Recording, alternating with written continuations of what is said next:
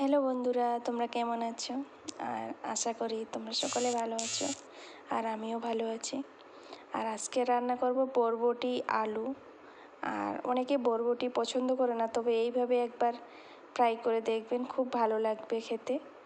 তাহলে চলি রান্না শুরু করে দিই। আর তোমরা কে কোথা থেকে ভিডিওটা দেখছো প্লিজ লাইক কমেন্ট শেয়ার আর সাবস্ক্রাইব করে দিবেন। আর একদিকে আমি প্রেসারে খিচুড়ি দিয়েছি আমার ছেলের জন্য। আমার ছেলে ভাত খেতে পারে না, খিচুড়ি খায়।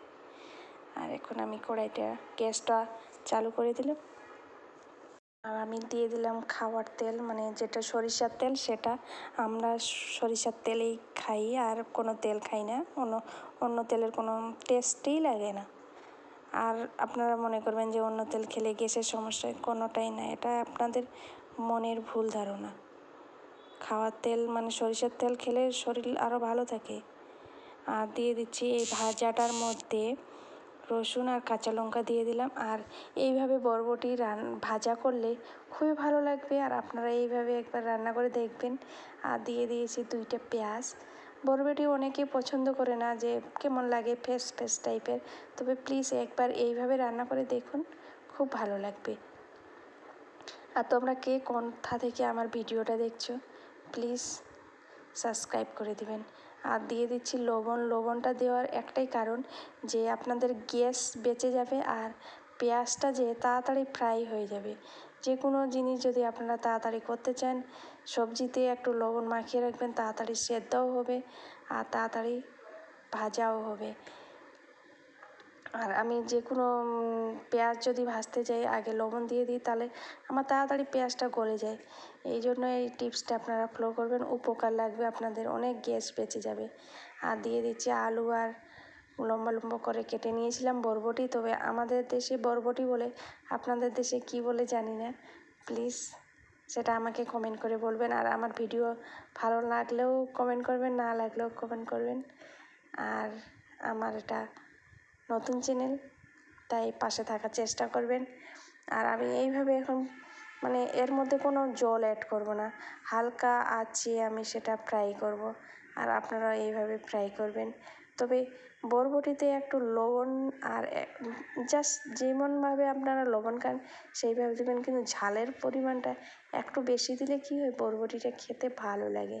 কারণ বরবটি মানে একটু ফেসফেসা টাইপের, মানে পানি পানি টাইপের লাগে, কিন্তু এইভাবে একবার রান্না করে দেখুন না, খুব সুন্দর লাগবে। আর এটা আমি রান্না করছি খুব অন্ধকার ভোরবেলার, রাত, মানে রোজার খাবার, আদার্স কিছু আছে। তবে এই বরবটিটা আমি আমার মায়ের বাড়ি থেকে এনেছি, মিনিমাম 15-16 দিন কি 20 দিনের কাছাকাছি হয়ে গেছে, কিন্তু খাওয়ার সময় পাইনি। সবজি অনেক, মাছ মাংস, তাই আজকে ভাবলাম বরবটিটা রান্না করে ফেলি, না তো নষ্ট হয়ে যাবে। আর দেখুন আমি খুব ধীর আছে সেটা বানাচ্ছি। আর আপনারা এইভাবে ধীরে ধীরে জাল দেবেন। যে কোনো রান্না একটু যদি হাই ফ্লেমে দেন সে টেস্ট আলাদা, একটু লো ফ্লেমে দিয়ে রান্না করবেন, সেই রান্নার টেস্টই আলাদা হবে, মাখা মাখা টাইপ লাগবে। আর পেঁয়াজটা দেওয়ার একটাই কারণ, যে বরবটির মধ্যে একটা সুন্দর স্মেল আসবে। আর প্লিজ কমেন্ট করে দিবেন। আর এইভাবে আমি ঢাকনা দিয়ে রেখে দিচ্ছি। আর আজকে আকাশের আবহাওয়া খুব খারাপ, ভাবলাম আজকে কাপড় চোপড় কাচবো, কিন্তু খুব ম্যাঘ, আপনাদের দিকে কেমন জানি না। আর দেখুন আমার আলুটা বরবটিটা এত সুন্দরভাবে সেদ্ধ হয়েছে, মানে গলে গেছে। আর নতুন আলু দিয়ে বরবটির ভাজা খেতে খুব ভালো লাগে। আর যেহেতু এখন নতুন আলু উঠে গেছে, অনেক দিনে উঠেছে, কিন্তু এখনও নতুন আলুর টেস্টটা আছে, এখনও কোনো দিকে উঠিনি। আর আমি সেটা ধীর আঁচে করে নিচ্ছি। আমি আগে বরবটি খেতাম না, কিন্তু এইভাবে রান্না করলে আমাকে বরবটি খুব ভালো লাগে, আর আমার হাজব্যান্ডও খুবই বরবটি খেতে চায়। আর আমার কাশিটা এখনও ভালো হচ্ছে না, কে জানে কী যে কাশি ধরেছে।